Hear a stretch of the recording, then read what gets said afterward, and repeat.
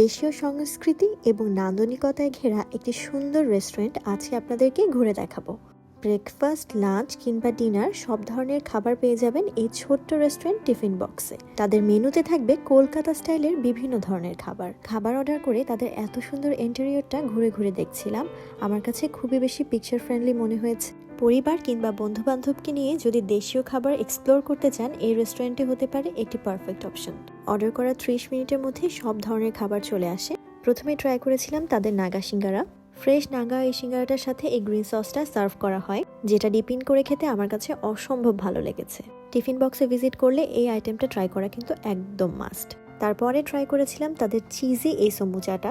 দেশীয় সমুচার সাথে cheese add করে একটা ফিউশন আনার চেষ্টা করা হয়েছে, and I would say they were really successful, কারণ এটা খেতে অসম্ভব ভালো ছিল। এটার সাথে সার্ভ করা রেড সসটা দিয়ে ট্রাই করতে পারেন, আই হোপ ভালো লাগবে। এরপর আরেকটা অ্যাপ্রেজার ট্রাই করেছিলাম, যেটা ছিল ঝাল চিকেন রোল। সকালে কিংবা বিকালে একটা ভারী নাস্তার জন্য এটা একটা পারফেক্ট অপশন হতে পারে, কারণ এগ আর চিকেনের মিক্সচারটা অনেক বেশি ফুলফিলিং ছিল আর সস দিয়ে খেতে কিন্তু খুবই ভালো লেগেছে। বাট যেহেতু এটা ঝাল চিকেন রোল, আমার কাছে পার্সোনালি অত বেশি স্পাইসি এটা মনে হয়নি।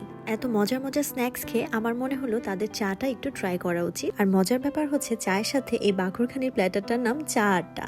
অথেন্টিক গরুর দুধের এই চায়ের সাথে বাকরখানিটা খেতে কিন্তু অনেক বেশি ভালো লেগেছে। তাই স্ন্যাক্স খাওয়ার পরে আপনাদের যদি চায়ের ক্রেভিং হয়, এখান থেকে চাটা ট্রাই করে দেখতে পারেন।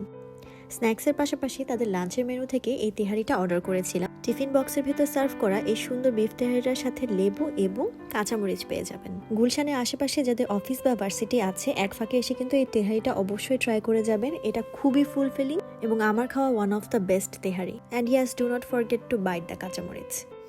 এরপর ট্রাই করেছিলাম তাদের ঝুরা বিফের খিচুড়ি। এই আইটেমটা কিন্তু তাদের খুবই ইউনিক একটা আইটেম, তবে এটা টেস্টের কথা আমি যদি বলি, ইন্ডিভিজুয়ালি বিফটা খেতে অনেক বেশি ভালো লাগছিল, তবে খিচুড়িটা আমার কাছে একটু আন্ডারকুকড মনে হয়েছে। সো যদি আপনি খিচুড়ি লাভার হন, ডেফিনেটলি এটা ট্রাই করে দেখতে পারেন। অ্যান্ড লাস্টলি ডেজার্ট হিসেবে তাদের চিকন জিলাপিটা ট্রাই করেছিলাম এবং এটা আমার খাওয়া ওয়ান অফ দ্য বেস্ট জিলাপিস।